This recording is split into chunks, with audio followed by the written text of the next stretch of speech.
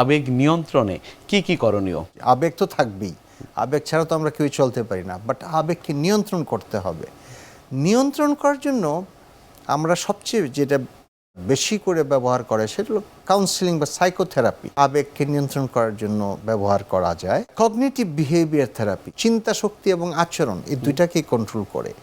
But আমরা যেটা borderline personality ডিসঅর্ডারের কথা বলছিলাম, সেই ক্ষেত্রে সবচেয়ে বেশি কাজ করে ডায়ালেকটিক্যাল বিহেভিয়ার থেরাপি বলে একটি বিহেভিয়ার থেরাপি আছে, আচরণের থেরাপি আছে, সেটা দিয়ে এটার চিকিৎসা করা হয়, যেখানে আচরণটাকে নিয়ন্ত্রণ করা, ইমোশনটাকে কন্ট্রোল করা, যেটা ইমোশনাল ডিসরেগুলেশন হয় সেটাকে কন্ট্রোল করা, তারপরে ইম্পালসিভিটি বলি আমরা, হুটহাট করে কিছু করে ফেলে, সেটা ফিরাবে কীভাবে সেইটার ব্যবস্থা করা হয়, সেটার বিহেভিয়ার থেরাপি দেওয়া হয়, সেটা বলে ডায়ালেকটিক্যাল বিহেভিয়ার থেরাপি।